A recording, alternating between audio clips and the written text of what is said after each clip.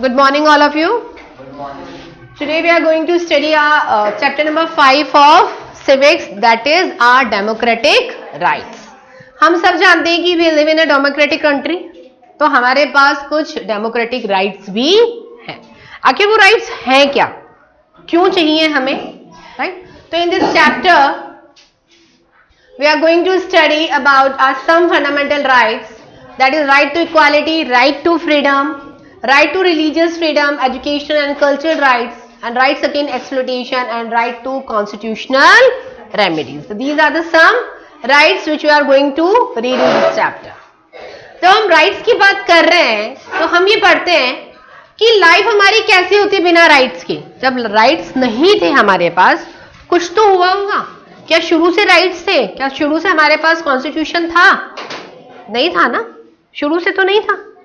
तो उससे पहले क्या हुआ था और क्या होता होगा, कभी सोचा है? क्या तब इंसान अपने राइट्स के लिए नहीं लड़ता था? क्या वो समझता था कि राइट्स होते क्या हैं, मेरे मौलिक अधिकार होते क्या हैं, क्या अधिकार हैं, अधिकार होते क्या हैं, हक क्या है? नहीं पता था ना. तो आज हम पढ़ते हैं, कुछ एग्जाम्पल्स देखते हैं कि जब हमारे पास राइट्स नहीं थे तो हुआ क्या. Life without rights.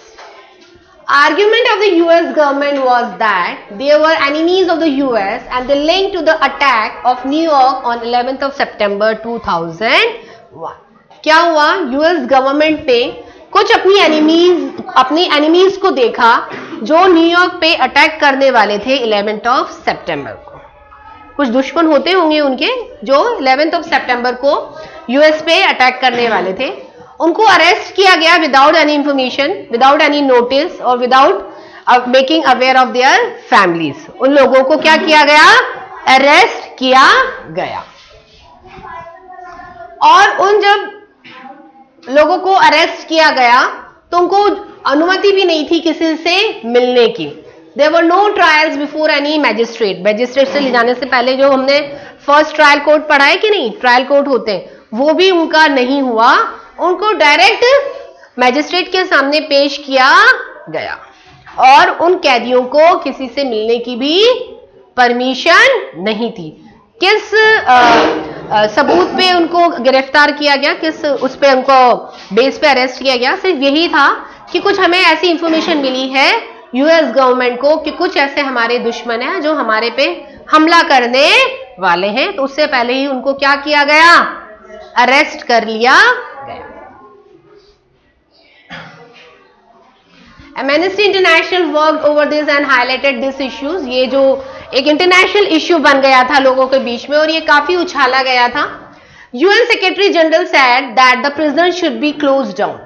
UN secretary ने, यूनाइटेड नेशन के सेक्रेटरी ने क्या डिस्क्लोज किया, उन्होंने क्या बोला कि prison should be close down. उनको जेल में बंदी बना के छोड़ दिया जाए, मतलब जेल में ही रहेंगे, उनको किसी तरह से भी बाहर रिलीज नहीं किया जाएगा. सिर्फ एक इंफॉर्मेशन के बेस पे, कोई ठोस सबूत उनके पास नहीं थे, न उनको हमला करते हुए पाया गया. सिर्फ एक क्या इंफॉर्मेशन मिली कि कुछ ऐसे लोग हैं जो हमारे पे हमला करने वाले हैं. US government refuse to accept these pleas. लेकिन यूएस जो गवर्नमेंट थी वो किसी तरह से भी ये एक्सेप्ट करने को तैयार नहीं थी कि इनको छोड़ दिया जाए. मतलब कि वो रिहा करने के लिए रेडी नहीं थे कि इनको किस बेस पे हम रिलीज करें, इनको हम किस बेस पे रिलीज करें. यूएस जनरल गवर्नमेंट कह रहे थे कि इनको आप जेल से रिहा कर दीजिए, ऐसा कुछ भी नहीं है. लेकिन हमारे यहाँ पर जो यूएस गवर्नमेंट थी वो ये कहने के लिए, इनको रिलीज करने के लिए रेडी नहीं थी.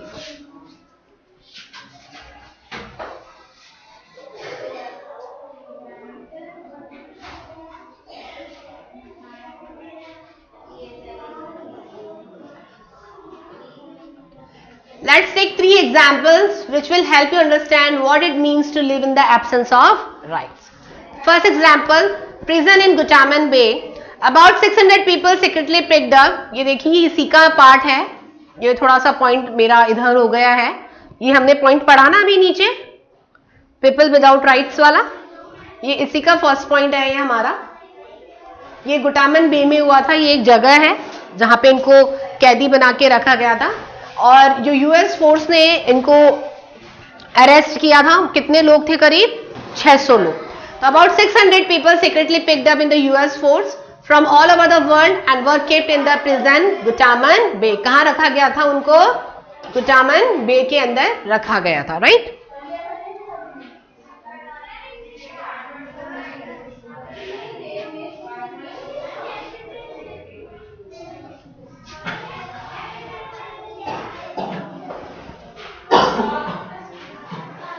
Rule of hereditary king, people have no rule in electing and changing their ruler. Rule of hereditary king का मतलब क्या है?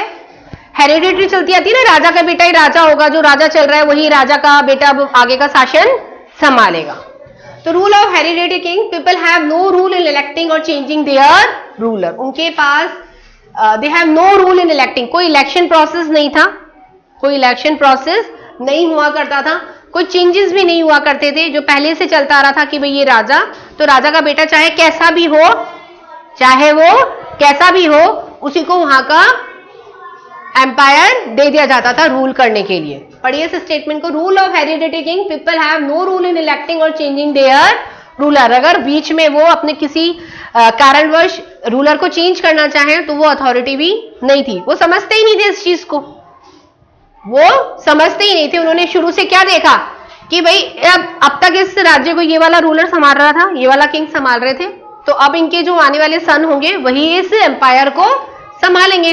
तो इसमें इफ एंड बट की कोई पॉसिबिलिटीज नहीं थी कि हम कोई चेंज कर दें। Clear? King select the legislature, executive and judiciary. अब देखिए, एक ही करता धरता था, कौन? किंग। कौन करता धरता था? किंग। किंग ही किसको संभालते थे? लेजिस्लेचर डिपार्टमेंट को भी किंग संभालते थे, एग्जीक्यूटिव डिपार्टमेंट को भी किंग संभालते थे, और जुडिशियरी को भी किंग संभालते थे। मतलब ये क्या थे?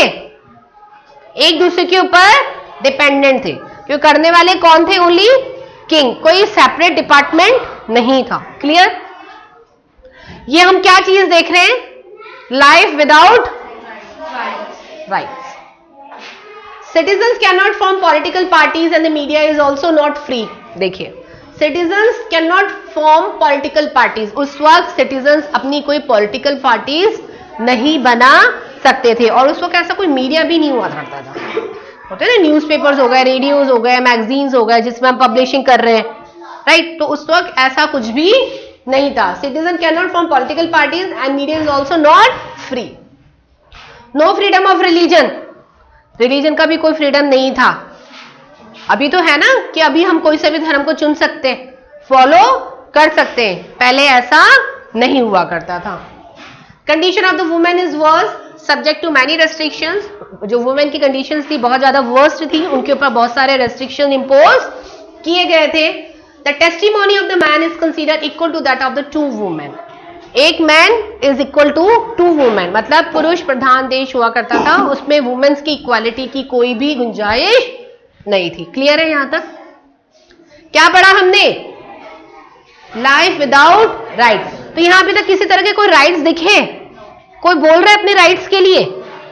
कोई नहीं बोल रहा ना। लाइफ जैसे चलती भी आ रही है, सदियों से जैसे चलती भी आ रही है, वैसे अभी भी कंटिन्यू है, कोई चेंजेस नहीं हो रहे। राजा का बेटा राजा का डेफ एंड डम भी है, डिसेबल भी है, तो भी वही राजा बनेगा। एक ही राजा है जो जुडिशरी भी संभाल रहा है, लेजिस्लेचर भी संभाल रहा है और एग्जीक्यूटिव भी संभाल रहा है। समझ रहे हो बात को कि यहाँ पे क्या हो रहा है कि कोई भी राइट्स नहीं है। चलिए उसके बाद देखिए, ethnic massacre in Kosovo. Kosovo was provinces of Yugoslavia. The population composition of the provinces was majority Albanians, but in the country Serbs were in majority. Narrow-minded Serbs nationalist leader Milosevic won the election. देखिए यहाँ पे किसके बारे में बता रहे हैं हम? युगोस्लाविया के बारे में बता रहे हैं। युगोस्लाविया में एक प्रोविंसेस हुआ करता था जिसका नाम क्या था? कोसावो. The population composition of the provinces was majority Albanians but in the country, but the Serbs were in majority. देखिए इसमें पॉपुलेशन कंपोजिशन की बात कर रहा है। जब हम इलेक्शंस करवाते हैं तो क्या होता है? मेजोरिटी पार्टी विन हो जाती है, होती है कि नहीं?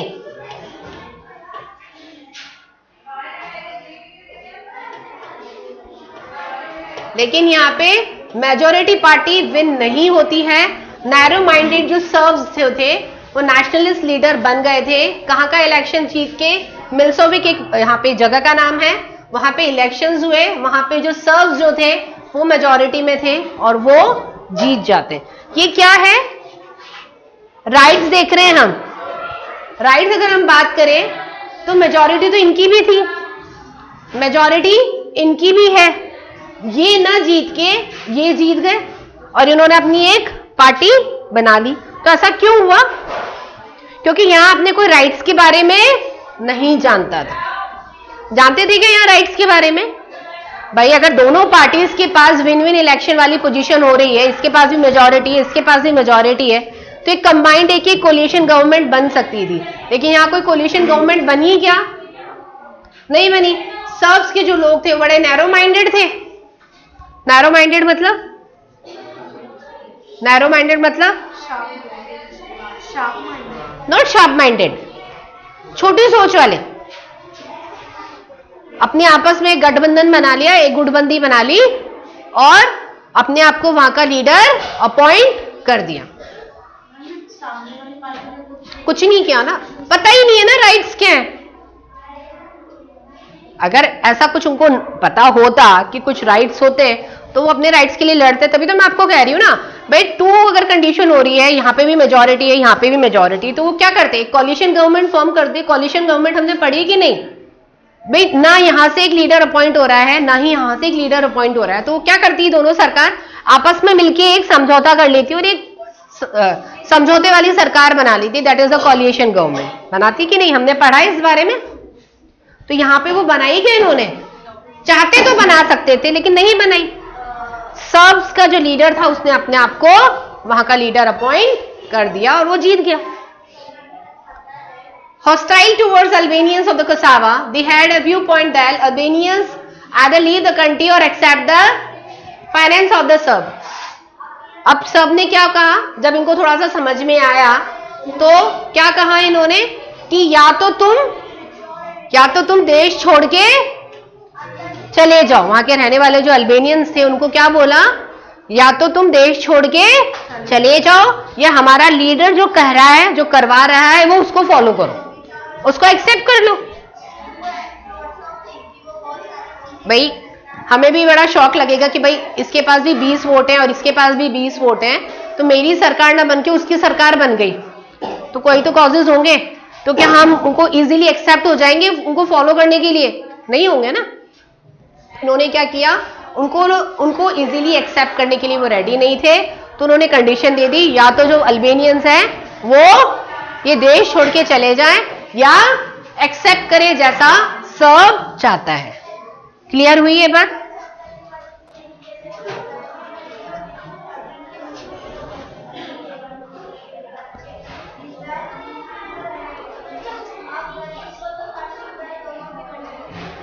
चलिए, ये तो हमने कुछ एग्जाम्पल्स पढ़े थे, वो उस चीज के एग्जाम्पल पढ़े कि जब हमारे पास कोई राइट्स नहीं थे, राइट? अब बात आती है राइट्स की। बात किसकी आती है? राइट्स की। हम बात करें कि राइट्स होते क्या हैं? What are rights? जब मेजॉरिटी दोनों में थी तो अल्बेनियंस की पार्टी क्यों ना बनी? सबकी ही क्यों बनी? उनके पास कोई सबूत नहीं थे, 600 लोगों को पकड़ लिया, जेल में डाल दिया, क्या रीजन था? राइट थे उनके पास, समझते नहीं थे ना कि राइट्स क्या है। बिना ट्रायल कोर्ट के उनको मैजिस्ट्रेट के सामने पेश कर दिया। अगर उनको अपने कुछ लॉज, कुछ पॉलिसीज, कुछ फंडामेंटल राइट्स के बारे में पता होता तो ये सब कुछ नहीं होता, राइट? तो अब हम पढ़ते हैं कि राइट्स होते क्या है? What are rights? Rights are reasonable claims of the persons recognised by society. क्या है? Rights are reasonable claims of person. किसके क्लेम्स हैं ये? किसके हैं ये? पर्सन के, हम आम जनता के।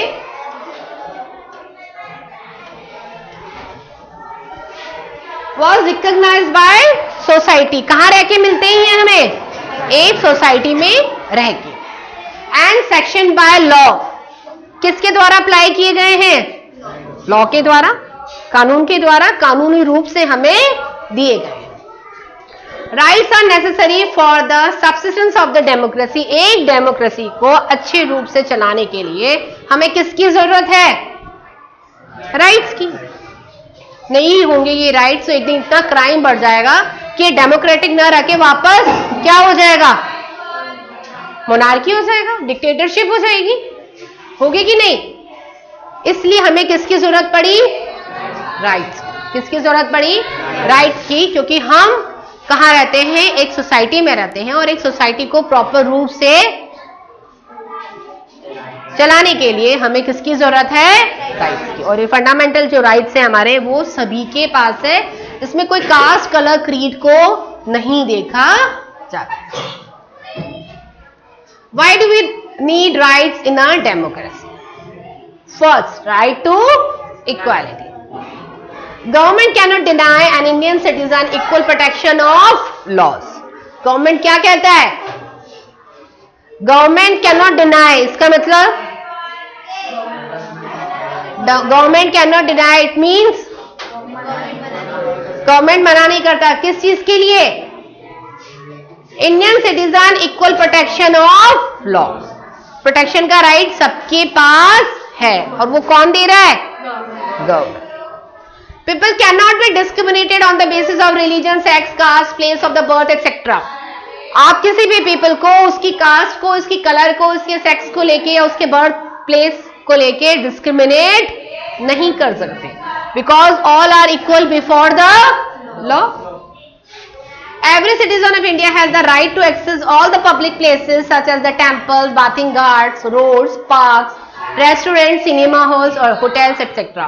हर सिटीजन के पास ये समान रूप से अधिकार है कि वो ये सारे पब्लिक प्लेसेस को यूटिलाइज कर सकता है, जा सकता है, अपने एंटरटेनमेंट के लिए उनको यूज कर सकता है as per the government law. यहाँ पे ये मेंशन नहीं है, कोई डिसेबल होगा तो वो भी जा सकता है। और ये बात समझ में क्लियर है?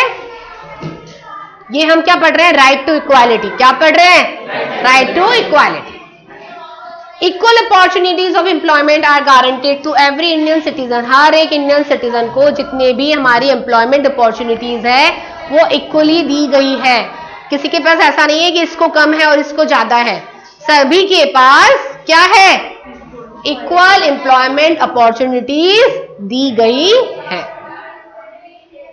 Equality does not mean giving equal treatment to everyone despite what they need. देखिए बहुत इंपॉर्टेंट पॉइंट है ये, दोबारा पढ़िए इसको। ये क्या कह रहा है? Equality does not mean giving equal treatment to everyone despite what they need. उसको क्या जरूरत है, क्या नहीं है, ये जाने बिना ही हम उसको सारी इक्वालिटी नहीं दे सकते। जिसके पास ऑलरेडी है या जो नीडी है उसके अकॉर्डिंग इक्वालिटी डिसाइड करी जाएगी कि नहीं करी जाएगी? मान लीजिए आज बहुत सारी एम्प्लॉयमेंट अपॉर्चुनिटी है, मैंने एक अवेल कर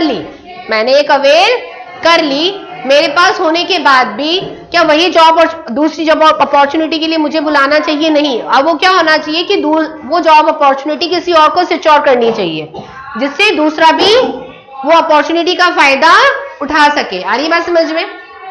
भाई मेरे पास ऑलरेडी है अपॉर्चुनिटी, मैं काम कर रही हूं, और कोई जो नीडी पीपल है जिसको वो जॉब चाहिए, तो वो जॉब उसको देनी चाहिए कि मुझे देनी चाहिए? एक नीडी पीपल को देनी चाहिए ना, राइट? तो equality does not mean giving equal treatment to everyone despite what they need. It means equal opportunity to everyone for attaining whatever one is capable of.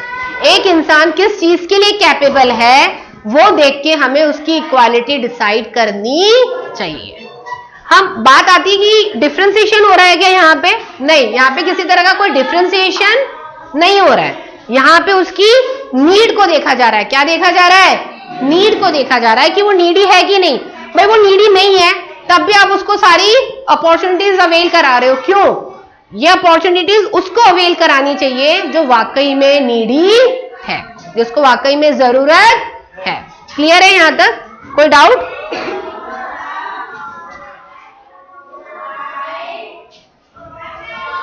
Freedom of movement through out the country. हमारे जो Indian citizens हैं उनको allowed है कि वो किसी भी country में घूम सकते हैं। Then freedom to reside in any part of the country, किसी भी कंट्री के किसी भी हिस्से में वो इंसान रह सकता है, जा सकता है वहां पे। Freedom to practise any profession, हम कोई सा भी प्रोफेशन चूज कर सकते हैं, ऐसा कोई डिसाइडेड तो नहीं है, हम कोई सा भी प्रोफेशन प्रैक्टिस में ले सकते हैं, ला सकते हैं, कोई सा भी ऑक्यूपेशन कर सकते हैं, कोई सा भी ट्रेड बिजनेस हम कर सकते हैं। यहां तक किसी को कोई प्रॉब्लम है? Next, you cannot exercise your freedom in such a manner that wallet other rights. ये सारे इक्वालिटी के राइट्स जो हमें दिए गए हैं, इसका मतलब ये नहीं है कि आप उन्हें लेके दूसरे की इक्वालिटी ऑफ राइट को वॉयलेट करो। हम दूसरे के हक को वॉयलेट नहीं कर सकते, because as per the law all are equal before the law, तो सभी को वो इक्वली डिस्ट्रीब्यूट है, तो you don't have a right to violate others law. आगे बात समझ में? कोई डाउट? आगे चले नेक्स्ट राइट पे। Right against exploitation, you can exercise your freedom such a manner that violates other rights. Now next, right against exploitation.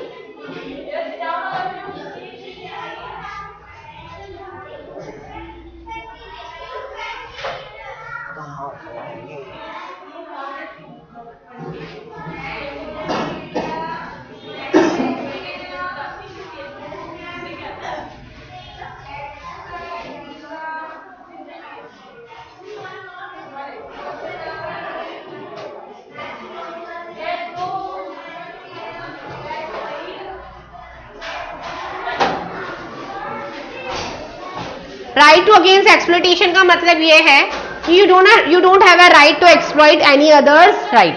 Exploit करना मतलब होता है छीन लेना। आपके पास ये अधिकार नहीं है कि आप किसी की भी राइट को छीन सके, चाहे वो रिलीजन ही क्यों ना हो, चाहे वो रिलीजन ही क्यों ना हो। अगर आप किसी रिलीजन को ऑलरेडी फॉलो कर रहे हैं और आप उसको स्विच ओवर करना चाहते हैं, चेंज करना चाहते हैं, तो करिए, लेकिन you don't have a right to exploit. आप उसको इन्फ्लुएंस नहीं करेंगे कि आप अपना रिलीजन छोड़ के अपना दूसरा अपना लीजिए। ये हम पहले भी पढ़ चुके हैं। Now culture and education right. The constitution provide following culture and education rights of the minorities.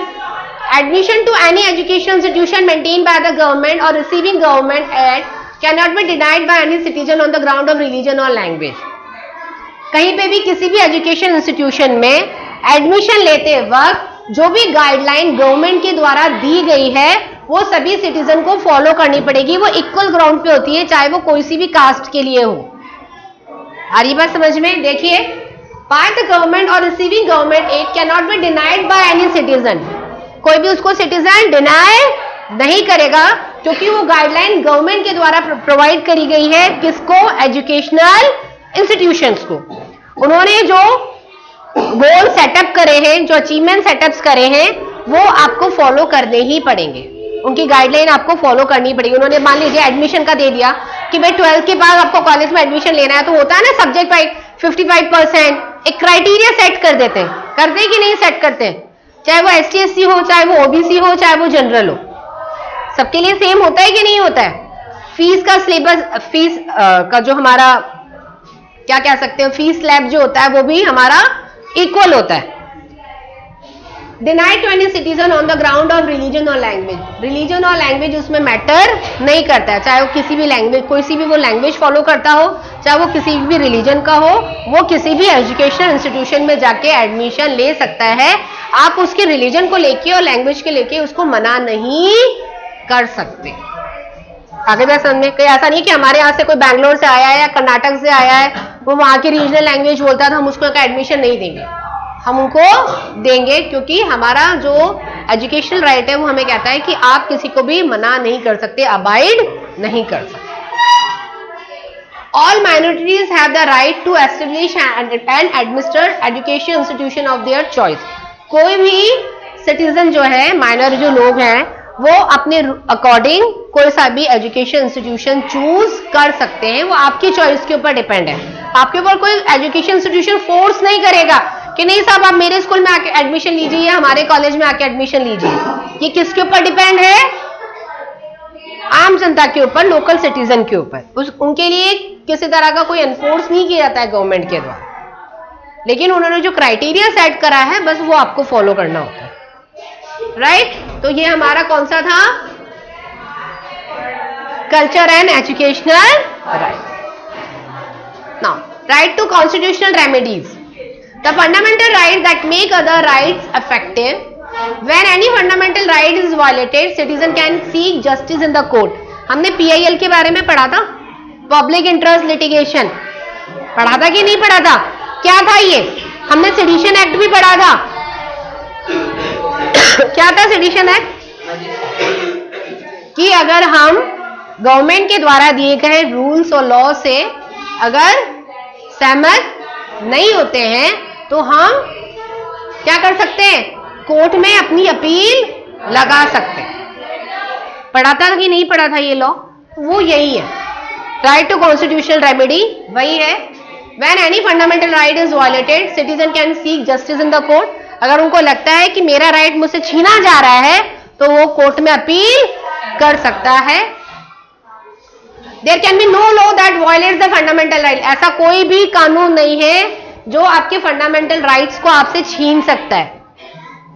जो सरकार ने आपको दिए हैं, जो गवर्नमेंट ने आपको दिए हैं, वो आपसे छीनने के लिए नहीं दिए हैं, उनको आपको प्रॉपर यूटिलाइज करना है। और अगर आपसे कोई ले रहा है तो वो अधिकार उसको नहीं है, उसके लिए आप कोर्ट में जा सकते हैं। The fundamental rights are guaranteed against any action of the legislature, executive and other authorities of the government. Government की जो तीनों ये अथॉरिटी है जिन्होंने आपको ये लॉज दिए हैं, इन तीनों को भी ये अधिकार नहीं है कि आपसे आपके राइट छीने। आ रही है बात समझ में?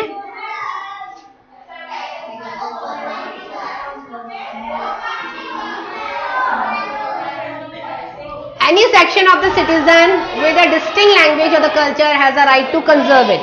चाहे वो किसी भी रिलीजन का हो, चाहे वो कोई सी भी लैंग्वेज का हो, वो मैटर नहीं करता। मैटर ये करता है कि आपका राइट आपसे वायलेट हुआ है तो आप कोर्ट में अपील करिए। यहां पे भी कोई कास्ट, कलर, लैंग्वेज, कोई क्रीड मैटर नहीं करेगा। आ रही है बस समझ में?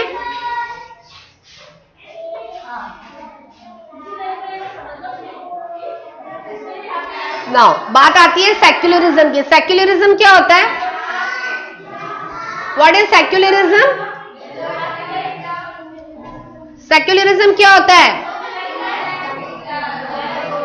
The constitution provide citizen comprehensive right to profess, practise और प्रोपेगेट द रिलीजन ही और शी बिलीव। आर्टिकल 25 to 28 हमें क्या कहता है कि every citizen of India have a right to follow his own religion of choice. वो अपने choice के अकॉर्डिंग अपना रिलीजन चूज कर सकता है, उसको फॉलो कर सकता है। दैट इज द सेक्युलरिज्म, धर्मनिरपेक्षता देश। यही हमारा देश, यही हमारी कंट्री, यही कहता है हमारा डेमोक्रेटिक राइट। अब बात आती है सेक्युलरिज्म स्टेट क्या होता है? सेक्युलरिज्म स्टेट का मतलब ये होगा कि कोई भी एक स्टेट किसी पर्टिकुलर रिलीजन को फॉलो नहीं करता। क्यों?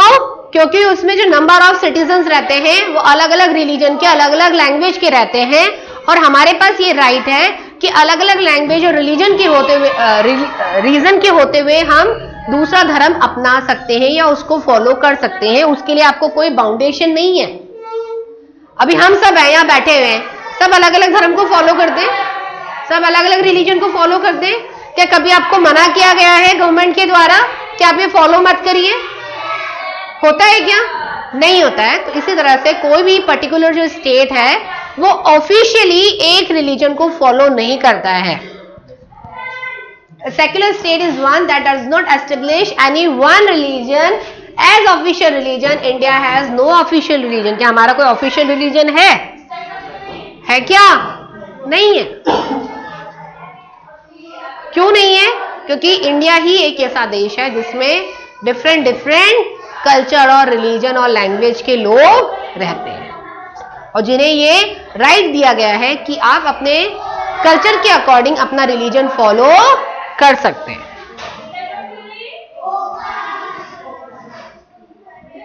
What happen if someone violates our rights? क्या होगा अगर किसी ने हमारे राइट को हमसे छीना तो? बताइए। ये बात तो हो गई कि हाँ साहब हम कोर्ट में जाएंगे, PIL फाइल कर देंगे, यही करेंगे ना। It is possible that sometimes our rights may be violated by the fellow citizen, private bodies or by the government. When any of rights are violated, we can seek remedy through courts. If it is a fundamental rights, we can directly approach the Supreme Court or the High Court of a state. अगर आपको ऐसा लगता है कि मेरा fundamental rights मुझसे छीना जा रहा है, तो आप डायरेक्टली सुप्रीम कोर्ट या हाई कोर्ट में अपील कर सकते हैं, केस लगा सकते हैं। आ रही बात समझ में?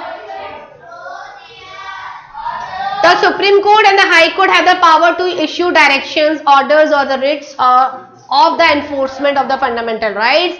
They can also award compensation to the victim and punishment of the violator. अगर सुप्रीम कोर्ट या हाई कोर्ट के पास केस जाके अगर ये पाया जाता है कि हाँ वाकई में इस सिटीजन का राइट वायलेट हुआ है, तो कोर्ट उसको क्या करेगा? कंपनसेशन के रूप में उसकी भरपाई करेगा और जिसने वायलेट किया है उसको पनिशमेंट देगा और एक प्रॉपर लॉ दोबारा निकालेगा जो एनफोर्सली सबको फॉलो करना होगा। आ रही बात समझ में? भाई मेरा राइट वायलेट हुआ है तो अब सरकार की क्या ड्यूटी है कि भाई इस इंसान ने मेरा लॉ वायलेट किया है, मेरा राइट मुझसे छीना है, तो आप उसके लिए मुझे कंपनसेट करें और जिसने मेरा अधिकार मुझसे छीना है उसको आप पनिश करें। तो ये कोर्ट की ड्यूटी है, ये कोर्ट करता है।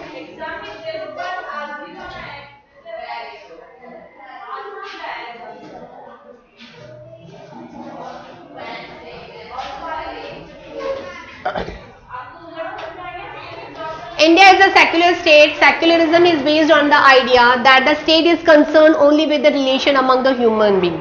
हमारा स्टेट इंडिया जो है वो ऐसा स्टेट है जिसको ये कहा जाता है कि यहाँ पर जो ह्यूमन बींग्स है वो किससे करते हैं, क्या है, आपसी व्यवहार ऐसा है जो हमें आपस में बांधे रखता है, सभी भगवानों में विश्वास रखता है, बिलीफ रखता है, इंसान को धर्म से नहीं बांटता है, इंसान को धर्म से, रिलीजन से नहीं बांटता है, डिस्ट्रीब्यूट नहीं करता है, because every citizen has the complete freedom to follow any religion. The Constitution provides citizens comprehensive right to profess, practice and propagate the religion he or she believes. Clear है? कोई doubt है यहां तक? Indian secularism practice on attitude of a principle and equal distance from all the religion. The state has to be neutral and impartial in dealing with all the religion. इस वक्त जो कोई भी इंडियन का state है उसको impartial behave करना पड़ता है क्योंकि कोई भी स्टेट अपना कोई ऑफिशियल रिलीजन डिक्लेयर नहीं कर सकता। Clear? National human rights commission क्या होता है? ये नेशनल ह्यूमन राइट्स कमीशन एक इंडिपेंडेंट कमीशन है that is called the human right commission which is set up by law in 1993. It has the victim secure their human rights, specially fundamental rights. ये rights हमें national human rights commission के द्वारा दिए गए हैं। 1993 में ये एनफोर्स किया गया था कि कोई भी किसी का राइट वायलेट नहीं कर सकता। ये हमारा प्रोटेक्शन एक्ट है। किसी के पास भी अधिकार नहीं है कि एक दूसरे के राइट्स को वायलेट करें।